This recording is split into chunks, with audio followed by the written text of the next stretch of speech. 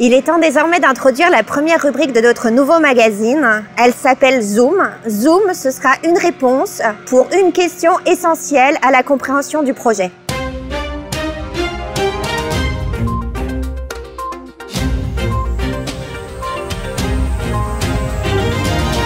Comment se déroule la construction du nouveau tunnel ferroviaire Lyon-Turin? Cette question nous amène à réfléchir aux nouveaux défis créés par la crise sanitaire.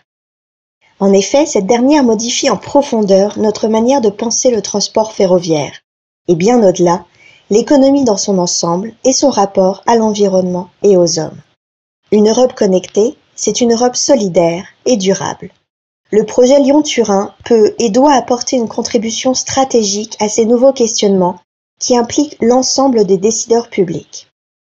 En avril dernier, une fois les tensions liées au contexte politique italien surmontées, l'accord de subvention conclu entre l'Union européenne, l'Italie et la France dans le cadre du mécanisme pour l'interconnexion en Europe a été prolongé jusqu'au 31 décembre 2022. Cet accord valide la première tranche de financement communautaire de la section transfrontalière du Lyon-Turin. Ce contrat donc avait prévu une première tranche de financement jusqu'à fin 2019, ce qui nous a apporté un montant de 815 millions d'euros environ. Et donc, fin 2019, la question se posait de savoir ce que nous allions faire après. Eh bien, ce que nous allons faire après a fait l'objet de nombreuses discussions et finalement a abouti à un accord qui permet à la société de poursuivre le projet avec ce financement qui reste acquis pour la société.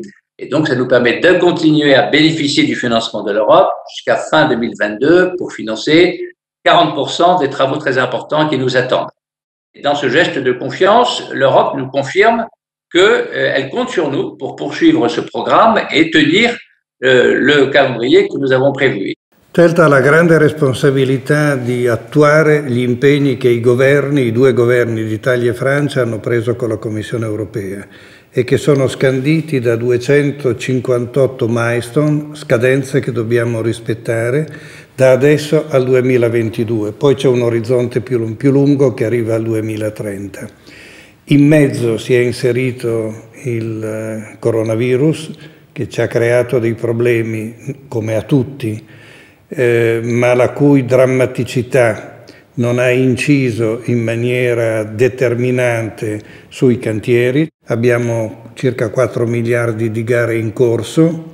TELT è uno dei più grandi operatori che possono muovere l'economia nei due paesi attuando capitoli di spesa rilevantissimi anche del contributo europeo.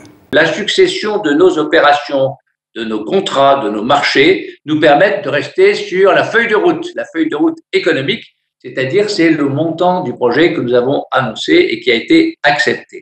Donc il faut associer le défi du respect du calendrier, tenir la route si je puis dire et ne pas sortir des bords de route, avec l'objectif de maîtrise des coûts. J'en ajoute un troisième parce que pour moi ils sont totalement inséparables.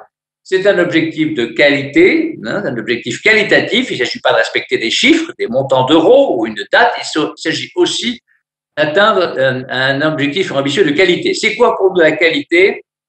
Eh bien, c'est la sécurité du programme, la sécurité du chantier, la sécurité des personnes et en même temps, c'est la qualité de la relation avec le territoire. Poi c'è la sfida del Green New Deal. Il Green New Deal è il nuovo indirizzo lanciato dalla Commissione europea, quindi non è più un settore, l'ambiente, è il riorientamento dell'intera economia comunitaria che assume il tema dell'ambiente come l'elemento centrale. L'obiettivo non è quello dell'impatto zero nel senso del non creare problemi o cercare di ridurre al minimo i problemi che si creano. L'obiettivo è quello di creare valore aggiunto. È una grande sfida lasciare i territori in cui interveniamo migliori di quelli che abbiamo trovato, migliori dal punto di vista ambientale, naturalistico, dal punto di vista paesaggistico, ma soprattutto dal punto di vista sociale con le comunità locali a cui offriamo opportunità di lavoro qualificante nel senso e nell'indirizzo indicato dalla Commissione europea.